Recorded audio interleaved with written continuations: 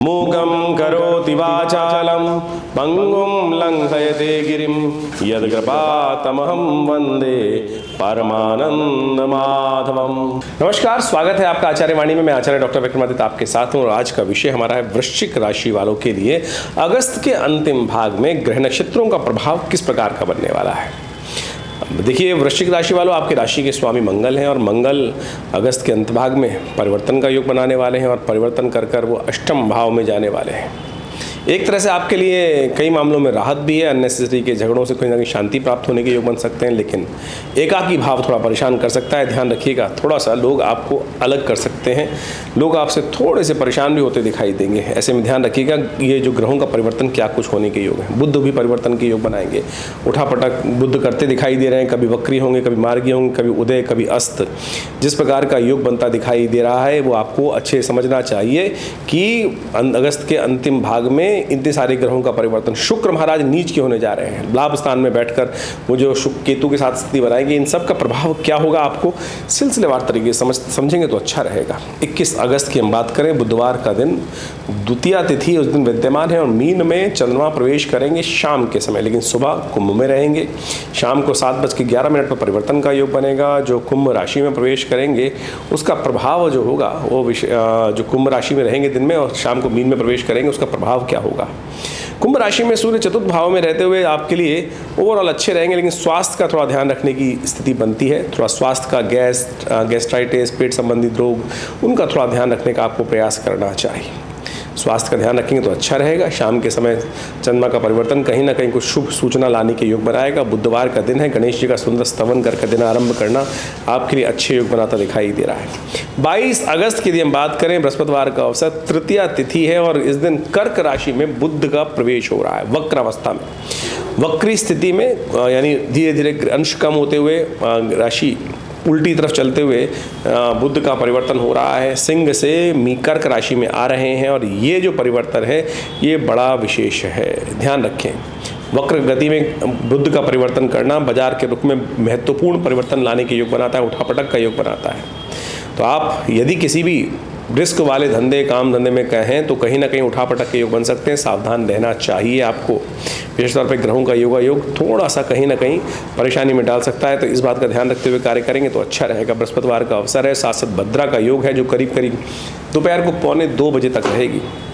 अच्छा है, भगवान विष्णु का स्तवन करें, केले का दान करें, ब्राह्मणों के गुरुजन की सेवा करें, उससे आशीर्वाद मिलेगा। 23 अगस्त शुक्रवार का अवसर, चतुर्थी तिथि थोड़ी देर, उसके बाद पंचमी तिथि का आगमन, रक्षा पंचमी का सुंदर योग। और ग्रह नक्षत्रों के दृष्टिकोण से यदि हम समझें तो मेष राशि में रात्रि में करीब 7:45 बजे मेष राशि में चंद्रमा का प्रवेश होगा। ये थोड़ा वीक रहेगा आपके लिए, ध्यान रखिएगा। स्वास्थ्य का ध्यान रखिएगा थोड़ा मनोमस्तिष्क में। शाम के समय के बाद सुबह ठीक दिखाई देती है, विजय के योग दिखाई देते हैं, लेकिन शाम धीरे धीरे कहीं ना कहीं कष्ट देने के योग बना सकती है। 2-3 दिन आने वाले हैं, उनका स्वास्थ्य में ध्यान रखने की जरूरत पड़ेगी।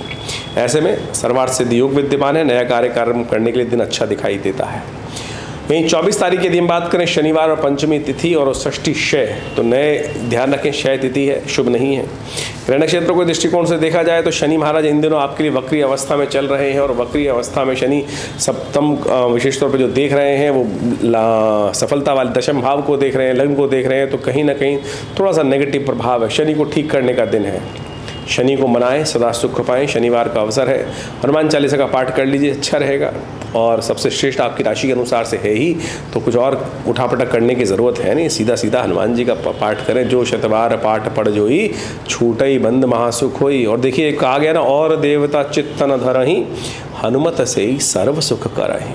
तो आपको किसकी आवश्यकता है? आपकी राशि के स्वामी स्वयं हनुमान जी का सुंदर ग्रह योग बना हुआ है, तो क्यों परेशान होते हैं, किसी तरफ और जाने का प्रयास करते हैं?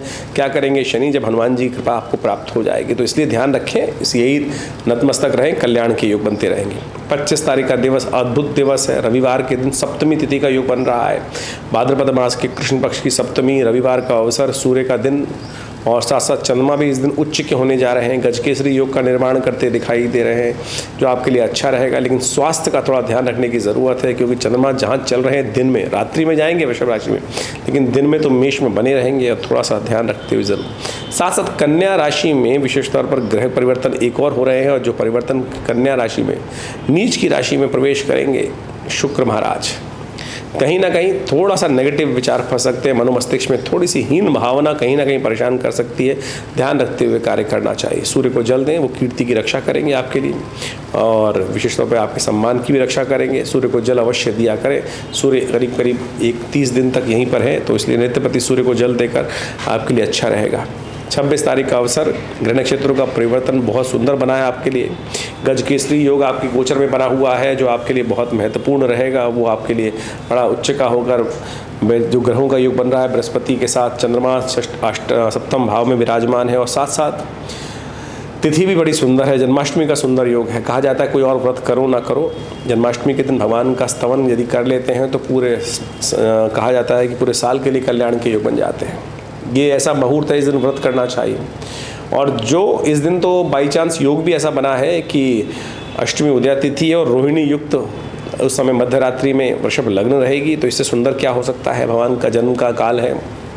कहा जाता है इस सिद्ध मुहूर्त में यदि भगवान का शालिग्राम जी का, भगवान का लड्डू गोपाल जी का जो पंचामृत से अभिषेक करते हैं, दूध दही घी चीनी इन सब के द्वारा मिलाकर भगवान का पुरुषसूक्त का पाठ करते हुए ओम नमो भगवते वासुदेवाय का मंत्र जप करते हुए उनके समस्त अनिष्ट दूर होते हैं।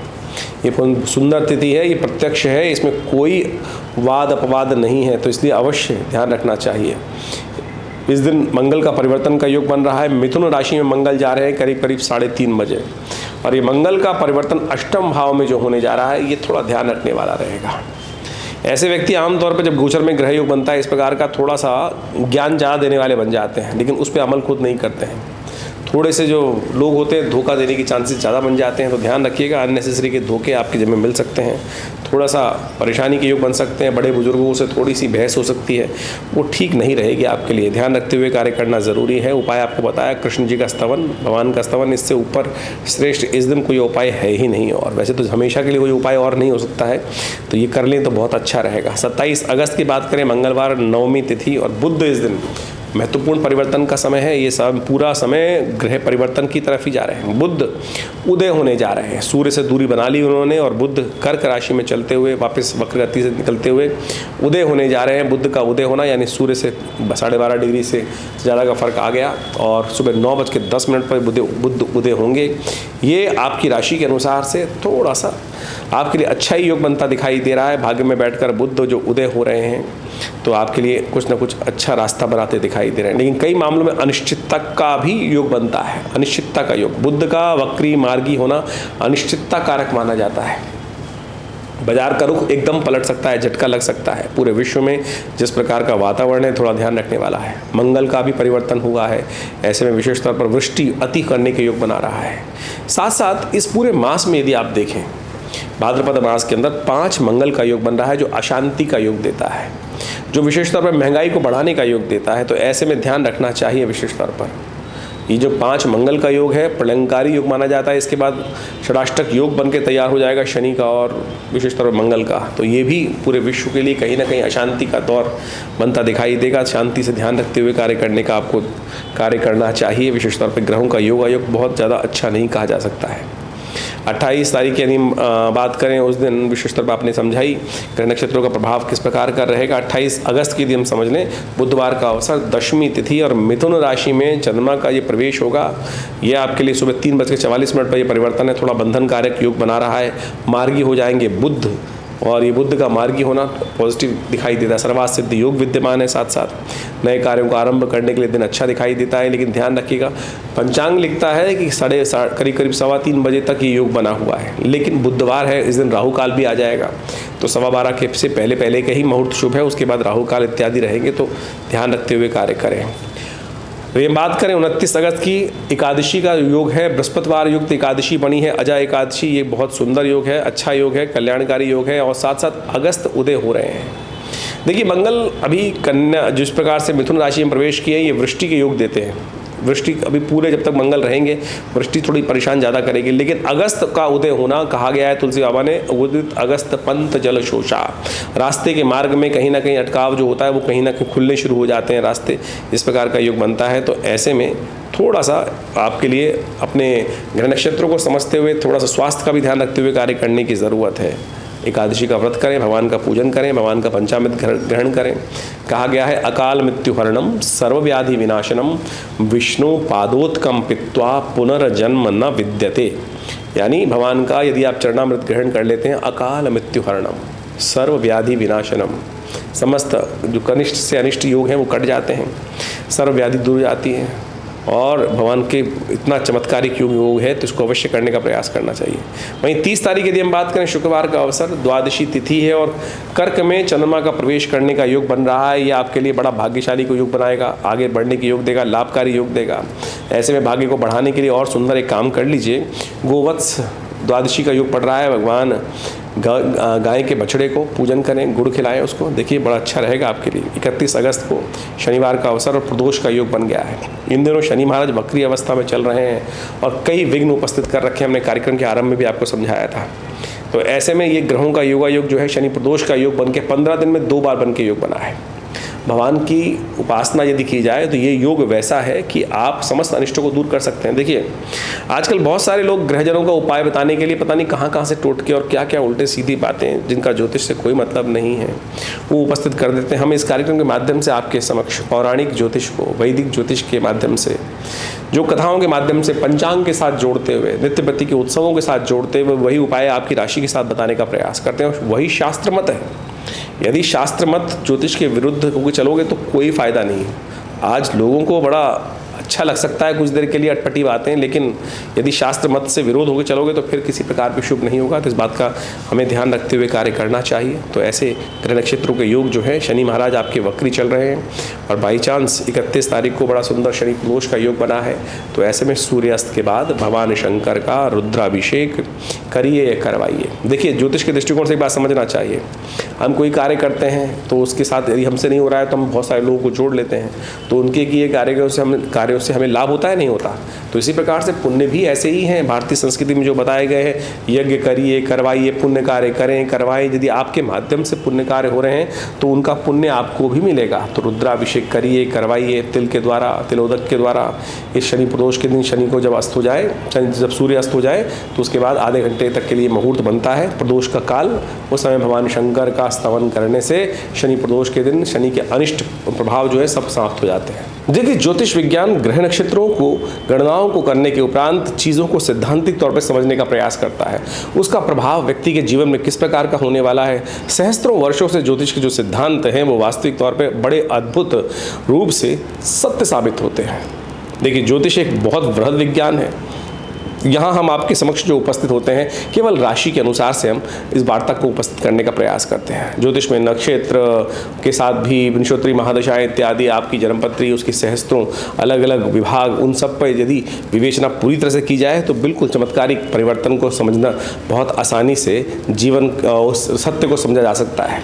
तो यहाँ ज्योतिष में राशि विज्ञान के माध्यम से भी बहुत कुछ, गोचर के दृष्टिकोण से बहुत कुछ समझ में आने के रास्ते बनते हैं। तो बहुत सारे लोग जो तथाकथित तौर पर इस बात को आक्षेपित करने का प्रयास करते हैं कि राशि के अनुसार से पूरे विश्व को विभाजित करना ठीक नहीं है। ऐसा नहीं है। राशि के अनुसार से गोचर को समझना बड़ा एक सीधा साधा सिद्धांत है और गोचर के प्रेडिक्शंस ज्योतिष में जब भी किए जाते हैं राशि के अनुसार से ही किए जाते हैं। हाँ, इसमें एक विवाद ये हो जाता है कि आपकी जन्मपत्री में कौन सा भाव सही ज़्यादा है, राशि वाला या लग्न वाला। उसमें जन्मपत्री देखने की आवश्यकता होती है कि जन्मपत्री में किस कारण से कौन सी चीज़ फलीभूत हो रही है, राशि या लग्न या सूर्य कुंडली या कौन से और कारकांश के इत्यादि बहुत सारी जो अलग अलग चार्ट बनते हैं उन सबको भी देखना परम आवश्यक होता है। ज्योतिष बहुत वृहद, जैसा हमने कहा, बहुत वृहद है, बहुत वृहद है। इसको इतनी छोटे से लेवल पर समझना या इन्वर्टेड कॉमास में बंद कर देना ये ठीक नहीं है, लेकिन इसको वृहद रूप से वर्णन किया जा सकता है बहुत बढ़िया तरीके से। नक्षत्रों के दृष्टिकोण से, नक्षत्र किस, कौन सा ग्रह किस नक्षत्र के कौन से चरण में है, उन सब के द्वारा भी ज्योतिष को बहुत अच्छे से समझा जा सकता है। ये जो हमने आपके समक्ष राशि का पूरा व्याख्यान उपस्थित किया है ये बिल्कुल गोचर के सिद्धांत पर सत्य है और इसको समझते हुए यदि हम अपने जीवन को सही दिशा में देने का प्रयास करेंगे तो उससे बहुत बड़ी अद्भुत रूप से सहायता प्राप्त होने के योग बन जाते हैं। ज्योतिष के अंतर्गत विभिन्न उपायों को भी शास्त्र में बताया जाता है। हम इस चैनल के माध्यम से आपके समक्ष टोटकों से बचने के अलावा बहुत सारे जो पौराणिक उपाय हैं उनको ही बताने का प्रयास करते हैं। पंचांग यदि आप देखें तो नित्य प्रति उसके अंदर कोई ना कोई उत्सव, कोई ना कोई जो त्यौहार आता ही रहता है, और उन त्योहारों को हम सीधे साधे तरीके से ऐसा ना समझें कि वो केवल त्यौहार हैं। वो वास्तविक तौर पर ज्योतिष के सिद्धांतिक तौर पर पौराणिक मत के अनुसार से वो वास्तविक तौर पर वो चाबियाँ हैं कि जिनको आप यदि लगा लें तो खड़ी गाड़ी को आप आगे ले जा सकते हैं, बहुत सारी समस्याओं को दूर कर सकते हैं सीधे साधे तरीके से। आज हम बहुत सारे चैनल्स पे बहुत सारे व्यक्तियों को सुनते हैं, जगह जगह पर अनेक प्रकार के ऐसे उल्टे सीधे उपाय लोगों को बताने का प्रयास करते हैं कि मतलब बड़ा विचित्र लगता है कि क्या इसमें पौराणिक मत है या ज्योतिष का मत है या नहीं भी है। तो कोशिश ये करें आप सब लोग उस ज्योतिष के विज्ञान को सही से समझें। और विवेकानंद योगाश्रम इसमें करीब करीब पिछले 60-70 सालों से कार्य कर रहा है, और दिल्ली में एक बड़ा संस्थान हमने जो अपने पिता श्री आचार्य श्री केशव देव जी के सानिध्य में बनाया गया, उसमें आज भी हम उसी प्रकार से नित्य प्रति शोध कर विभिन्न शास्त्रों के मत को उपस्थित करने का प्रयास करते हैं। समय समय पर बहुत सारे ग्रंथों की रचना भी करते हैं। आज तक हमारे विवेकानंद योगाश्रम के माध्यम से करीब करीब 100 के आसपास पुस्तकें लिखी जा चुकी हैं, और उन सब में चाहे वो मुद्रा विज्ञान के संबंध में हो, चाहे वो यज्ञ विज्ञान के संबंध में हो, चाहे वो ज्योतिष के संबंध में हो, चाहे वो न्यूमरोलॉजी के संबंध में हो, या वो ध्यान योग के ऊपर हो, या चिकित्सा पद्धति के ऊपर हो, योग, प्राकृतिक चिकित्सा इत्यादि, आयुर्वेद इत्यादि पर, तो इन सब चीज़ों को ज्योतिष के माध्यम से जोड़ते हुए हमने व्याख्या देने का प्रयास किया है। अनादिकाल में ज्योतिष जो वैद्य चिकित्सा शास्त्र जो आयुर्वेद इत्यादि हैं वो भी ज्योतिष से ही इंटर रिलेटेड है। उसमें औषधि विज्ञान ज्योतिष का एक भाग है, और उसके अंतर्गत आकर आप समझ सकते हैं कि विभिन्न औषधियों के द्वारा विभिन्न इलाज जो किए जाते हैं, विभिन्न मुहूर्तों में किए जाते हैं, वो सब भी बहुत अद्भुत हैं। उस पर पूरी शोध करने की आवश्यकता है। पूरे विश्व में लोग आज मेडिकल एस्ट्रोलॉजी पर कार्य कर रहे हैं, और उनके रिसर्च बड़े ऑथेंटिक रहते हैं। तो आप भी ज्योतिष विज्ञान को समझें। विवेकानंद योगाश्रम जैसा हमने कहा कि इस क्षेत्र में एक अद्भुत प्रकार से कार्य कर ही रहा है। एक संस्थान बनाया हमने जो उसमें हॉस्पिटल है पूरा, करीब करीब 100 बेड का, योग, प्राकृतिक चिकित्सा, आयुर्वेद के ऊपर, और साथ साथ भगवती का सुंदर मंदिर विद्यमान है। जो भगवती की दिव्य प्रतिमा यहाँ रहती है, उनके सानिध्य में बैठकर नित्य प्रति करीब 8 घंटे यज्ञ चलता है, और समय समय पर हम विभिन्न जो उत्सव चल रहे होते हैं उनके बारे में आपको अवगत कराते ही रहते हैं। तो जुड़िए विवेकानंद योगाश्रम से। हमारे इस संस्थान के द्वारा विभिन्न योग के संबंध में, आयुर्वेद के संबंध में, यज्ञ विज्ञान के संबंध में, और चिकित्सा शास्त्र विज्ञान के संबंध में बहुत अद्भुत खोज की गई है। मुद्रा विज्ञान उसमें से ही एक है कि मुद्राओं के द्वारा कैसे विभिन्न रोग ठीक कर सकते हैं, कैसे बहुत सारी समस्याओं को ठीक कर सकते हैं। हृदय रोग इतना भयावह पूरे विश्व में आज पहुंच चुका है। घर घर में लोग छोटी छोटी उम्र में हृदय रोग से ग्रसित हो रहे हैं। तो उसके लिए संबंध में ये मृत संजीवनी मुद्रा 3 सेकंड के अंदर फर्स्ट एड दे देती है। चलते फिरते उठते बैठते कभी भी इन मुद्राओं को आप कर सकते हैं। आज की तारीख में स्ट्रेस एक ऐसा लेवल है कि हर दूसरे घर में कोई ना कोई स्ट्रेस से ग्रसित रहता है। हर एज में, छोटे बच्चे से लेकर वृद्ध तक, स्त्री से लेकर पुरुष तक, सब लोग कहीं ना कहीं अननेसेसरी स्ट्रेस में चल रहे हैं। तो आपको पता होना चाहिए कि ज्ञान मुद्रा है, पहली उंगली अंगूठे के साथ लगाकर देखिए, ये अद्भुत कार्य करती है। भगवान कृष्ण ने गीता का उपदेश भी इसी मुद्रा में दिया। प्रपन्न पारिजाताय तोत्र वेत्रे पाणय ज्ञान मुद्राय कृष्णाय गीतामृतवे नमः। तो ये मुद्रा जो है बहुत शांत तरीके से, और आपके बहुत सारे ग्रहों के उपाय भी इन हाथों की विभिन्न मुद्राओं के द्वारा हो सकते हैं। शनि यदि अशुभ प्रभाव कर रहे हों और शनि का शुभ प्रभाव ना हो रहा हो, तो ये मुद्रा, ये सबसे बड़ी उंगली को अंगूठे के बेस पे लगाकर ये शून्य मुद्रा का अभ्यास कर लिया जाए तो शनि का नेगेटिव प्रभाव कम हो जाता है। यदि आपकी कुंडली में बृहस्पति आपको पूर्ण फल नहीं दे रहा है और आपको ज्योतिषी महाराज कह रहे हैं कि भाई आप, या कोई ज्योतिष विज्ञान के जानने वाले लोग कहते हैं कि आप पुखराज पहन लीजिए, आप केवल ज्ञान मुद्रा का अभ्यास कर लीजिए। पहली उंगली अंगूठे के साथ इस मुद्रा को अभ्यास करने का प्रयास कीजिए। देखिएगा बृहस्पति का शुभ प्रभाव आपको धीरे धीरे धीरे पॉजिटिव वे में मिलना शुरू हो जाएगा। किसी और बाह्य चीज़ की आवश्यकता ही नहीं है। तो इसी प्रकार से विभिन्न ग्रहों के उपाय करने के लिए विभिन्न जो भारतीय संस्कृति में चीज़ें बताई गई हैं वो हम समय समय पर अपने इस कार्यक्रम के माध्यम से आपके समक्ष उपस्थित करते रहते हैं। तो आप भी हमारे इस आश्रम पे विभिन्न जो कार्यक्रम रहते हैं उसमें जुड़ सकते हैं। उनके बारे में समस्त समय पर सूचना हम आपको देते हैं। तो यदि किसी को पर्सनल कंसल्टेशंस लेनी है या पर्सनल आश्रम में आना है तो हर रविवार को एक बड़ा कार्यक्रम रहता है सुबह 8 बजे से लेकर 10 बजे तक। तो उसमें यज्ञ, भगवती का स्तवन, विभिन्न रामायण इत्यादि का पाठ और स्वाध्याय और ध्यान योग का भी अभ्यास हमारे आश्रम में कराया जाता है। आप यहाँ जुड़ सकते हैं। फ़ोन नंबर्स आपके सामने स्क्रीन पर चल रहे हैं।